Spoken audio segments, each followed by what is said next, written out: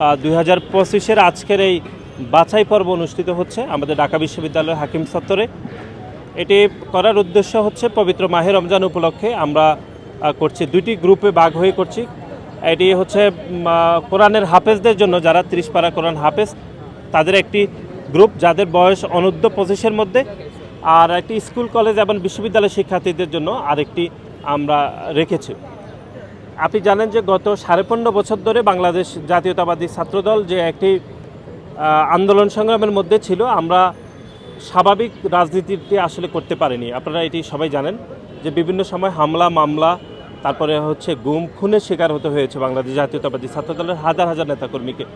গণ অভ্যুত্থান পরবর্তী সময়ে একটি ইতিবাচক রাজনীতি শুরু হয়েছে এবং গণ অভ্যুত্থান পরবর্তী সময়ে আমরা সাধারণ শিক্ষার্থী বান্ধব অনেকগুলো কর্মসূচি গ্রহণ করেছি। আপনারা দেখেছেন যে শিক্ষার্থীদের জন্য আমরা রচনা প্রতিযোগিতা, কুইজ পর্ব আমরা চালু করেছি এবং জানুয়ারি ফেব্রুয়ারি মাসে আমরা সারা দেশে শিক্ষার্থীদের জন্য ব্যাডমিন্টন প্রতিযোগিতা, ক্রিকেট, ফুটবল টুর্নামেন্টের আয়োজন করেছি।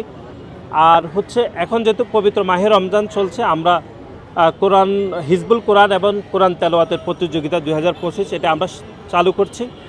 এটি বাংলাদেশ জাতীয়তাবাদী ছাত্রদল একদম সাধারণ শিক্ষার্থীদের স্বার্থকে প্রাধান্য রেখে আমরা আমাদের রাজনীতির যে মাইল ফলক সেটি আমরা তৈরি করার জন্য আমরা সচেষ্ট রয়েছি এবং আগামীতে এরকম আরও অনেকগুলো শিক্ষার্থী বান্ধব কর্মসূচি আমাদের আসবে। আর কিছুদিন পরে আমাদের সিরাত প্রতিযোগিতা, কারি এবং সিরাত প্রতিযোগিতা সেটি অনুষ্ঠিত হবে। ইতিমধ্যে আমাদের একটি এক্সপার্ট টিম এর জন্য কাজ করছে সারা বাংলাদেশের সকল শিক্ষা প্রতিষ্ঠানে।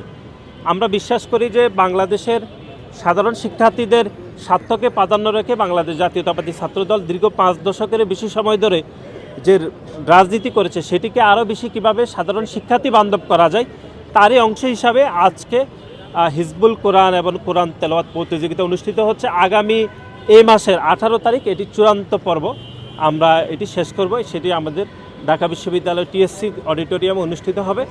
আমাদের দলের সংগ্রামী মহাসচিব মির্জা ফখরুল ইসলাম আলমগীর সেই অনুষ্ঠানের প্রধান অতিথি হিসাবে পুরস্কার বিতরণ করবেন।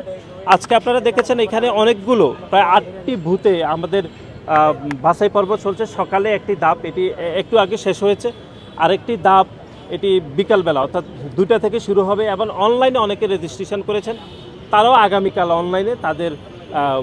অনলাইনের মাধ্যমে তারা দেশের বিভিন্ন প্রান্ত থেকে তাদের বাছাই পর্বের যে প্রতিযোগিতা তারা সেটি দেবেন। এবং এই মাসের 18 তারিখ আমরা হিজবুল কোরআন এবং কোরআন তেলাওয়াত প্রতিযোগিতা 2025 ঢাকা বিশ্ববিদ্যালয় টিএসসির অডিটোরিয়ামে আমরা পুরস্কার বিতরণী করব এবং যারা বিজয়ী হয়েছে তাদেরকে সম্মানিত করব। আমাদের দলের সংগ্রামী মহাসচিব মির্জা ফখরুল ইসলাম আলমগীর আমাদের ওই প্রোগ্রামে প্রধান অতিথি হিসাবে তিনি বিজয়ীদের হাতে পুরস্কার বিতরণ করবে।